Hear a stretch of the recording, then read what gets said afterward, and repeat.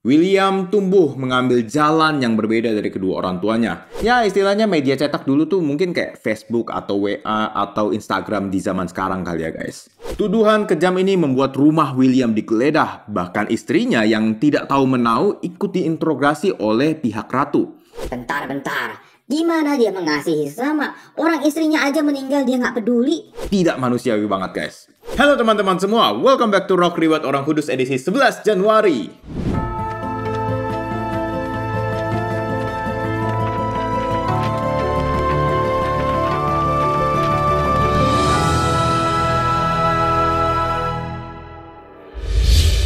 Hari ini kita akan membahas riwayat dari Beato William Carter, martir Inggris. Sebelum kita mulai, silakan share dulu video ini supaya semakin banyak orang dapat hidup kudus lewat teladan para santo santa. Oke, tanpa berlama-lama lagi, mari kita mulai! Cerita bermula di Inggris pada abad ke-16. Di masa ini, kekristenan di Inggris sedang mengalami gejolak yang cukup hebat karena adanya konflik antara Raja Henry ke-8 dan tahta suci. Raja Henry ke-8 menginginkan untuk bercerai dengan istri pertamanya, Catherine of Aragon, dan menikahi gundiknya Anne Boleyn. Keinginan ini ditentang oleh Bapak Paus Clemens ke-7, sehingga raja yang marah kemudian mengangkat dirinya sendiri sebagai kepala gereja Inggris. Secara otomatis, ia membawa seluruh gereja Inggris ke dalam kuasanya.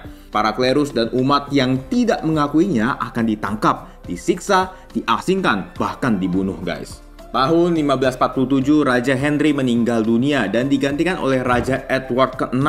Walau raja sudah meninggal, tapi semangat pemisahan diri itu masih ada guys. Sehingga semakin banyak umat Katolik yang menjadi martir di tanah Inggris. Setahun setelah raja meninggal, lahirlah seorang bayi laki-laki bernama William Carter dalam sebuah keluarga pedagang kain Katolik. Penganiayaan dan pembatasan hak-hak umat Katolik tidak menyurutkan semangat kedua orang tuanya untuk memberi pendidikan iman kepada anaknya. William tumbuh mengambil jalan yang berbeda dari kedua orang tuanya. Ia besar dalam dunia percetakan, bahkan di masa mudanya ia sempat magang lalu bekerja di perusahaan percetakan terkenal milik negara. Selama 10 tahun bekerja dalam dunia percetakan, ia kemudian menjadi seorang sekretaris bagi diakon Nicholas Harpsfield, diakon agung Canterbury Katolik yang terakhir di Inggris. Setelah diakon Nicholas meninggal, William kemudian mendirikan sebuah percetakan di Tower Hill. Nah, mungkin teman-teman ada yang bingung ya, kenapa William ini kok demen banget sih di dunia percetakan?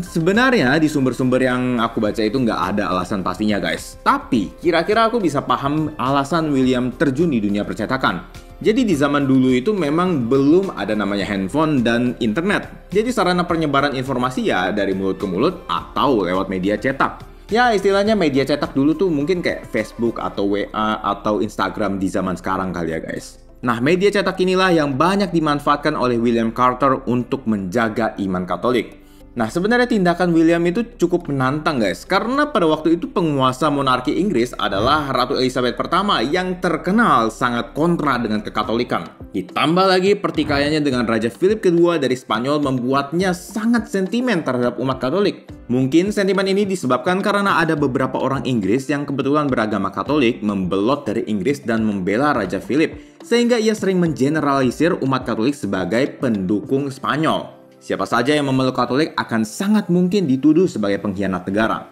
Banyak darah martir tertumpah di tangannya. Salah satunya adalah Santo Richard Gwyn yang riwayatnya bisa teman-teman lihat di Rock 17 Oktober ya. Linknya ada di description box. Di tengah suasana mencekam ini, William Carter justru memanfaatkan posisinya sebagai orang yang dapat menyebarluaskan informasi untuk meluruskan ajaran Katolik. Banyak karya atau buku terkenal yang dicetak di percetakannya. Salah satunya adalah A Treatise of Schism yang ditulis oleh Gregory Martin. Dalam buku ini, Gregory menulis kalimat-kalimat dengan diksi bahwa Katolik akan menang dan Judith akan membunuh Holofernes. Oh ya guys, buat yang belum tahu, Judith dan Holofernes ini kisahnya ada di kitab Judith ya. Singkat cerita, Judith yang adalah seorang perempuan Israel berhasil menyelamatkan bangsanya dari cengkeraman tentara Asyur. Holofernes, sang jenderal Asyur, jatuh hati padanya dan Judith memanfaatkan kesempatan ini untuk memenggal kepala Holofernes di suatu malam. Nah, diksi tentang Judith akan membunuh Holofernes ini kemudian diinterpretasikan oleh para loyalis ratu sebagai suatu penghasutan kepada umat Katolik untuk bangkit dan melakukan kekerasan. Tuduhan kejam ini membuat rumah William digeledah, bahkan istrinya yang tidak tahu menau ikut diinterogasi oleh pihak ratu. William sendiri dijebloskan ke dalam penjara di Menara London dan disiksa dengan kejam di sana. Kalau biasa dalam penjara ya paling tidak disediakan makan oleh sipir ya. Nah, kondisi William ini justru sebaliknya guys. Ia harus membayar makanannya sendiri selama di penjara. Jadi ini benar-benar di tahap tidak manusiawi banget guys. Kesedihan William juga bertambah setelah berbulan-bulan lamanya di penjara tanpa melihat keluarga. Tiba-tiba ia mendengar kabar kalau istri tercintanya meninggal dunia. Gak bisa dibayangkan ya, ternyata momen terakhir saat ia ditangkap adalah saat terakhir kalinya ia berkomunikasi dan bertatap muka dengan istrinya. Sedih banget ya guys. William lalu dijatuhi hukuman mati dengan cara digantung. Mendengar vonisnya itu, ia tidak panik ataupun keringat dingin karena ia menaruh kepercayaannya yang besar pada Tuhan. Bahkan detik-detik sebelum eksekusinya, ia sempat menerima sakramen tobat dari pastor Katolik guys. William Carter pada akhirnya menerima mahkota kemartirannya di Tyburn tanggal 11 Januari 1584. Sekitar 400 tahun kemudian, ia dibeatifikasi oleh Paus Yohanes Paulus II tahun 1987.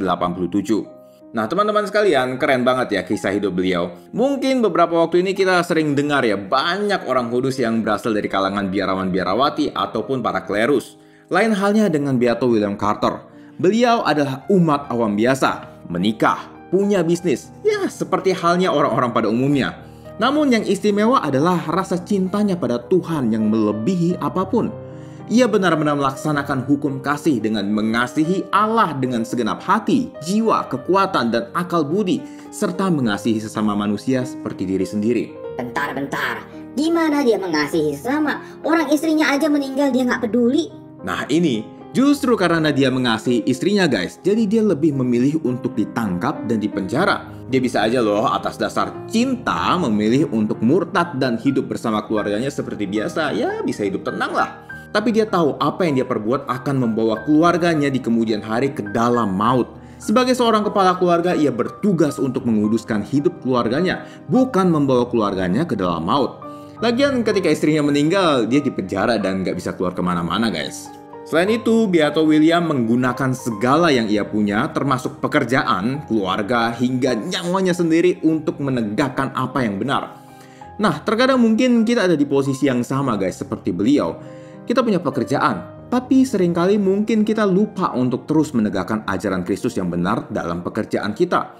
Misalnya, sebagai seorang pelajar, sering kita tergoda untuk menyontek hanya karena teman-teman kita menyontek. Gue nggak enak deh, beda sendiri. Akhirnya ikut nyontek deh jadinya. Atau dalam kantor, teman kerja kita ada yang korupsi. Kita tahu nih, tapi karena takut relasi jadi nggak bagus atau takut nanti pekerjaan kita hilang, kita memilih untuk diam. Nah, Beato William Carter mengajak kita, terutama yang hidup sebagai umat awam, untuk hidup kudus dengan terus menegakkan ajaran Kristus dalam aktivitas kita masing-masing di keluarga, di tempat kerja, ataupun dalam masyarakat. Oke guys, begitulah kisah hidup dari Beato William Carter. Kalau teman-teman merasa video ini bermanfaat, teman-teman boleh like, subscribe, dan share untuk mendukung pengembangan channel ini. Terima kasih sudah menonton dan sampai jumpa di Rock edisi selanjutnya. Adios!